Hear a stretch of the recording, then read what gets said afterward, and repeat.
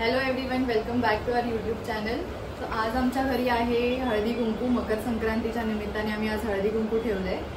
तर ही सगळी तयारी आम्ही हळदी कुंकूची केली आहे। बघू शकता छान हळदी कुंकू ठेवले आहे। इथे फुलं मांडली आहे, त्याच्यानंतर इथे सुपारी आहे, इथे हे अत्तर आहे, ह्याच्यात आम्ही तिळगुळ असे ठेवले आहेत म्हणजे सगळ्यांना कॅरी करायला इझी जातील। हे छोटे तिळगुळ आणि हे तिळाचे लाडू, हे असं इकडे आम्ही एक छोटंसं छान डेकोर केलेलं आहे।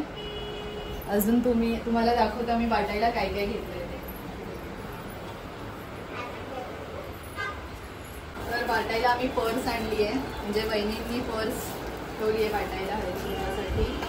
मग आईने हे डबे ठेवलेत आणि माझं हे दुसरं वर्ष आहे त्यामुळे मी बांगड्या ठेवल्या आहेत।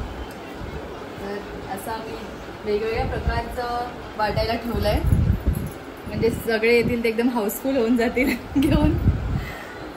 Thank you for watching our channel. Thank you.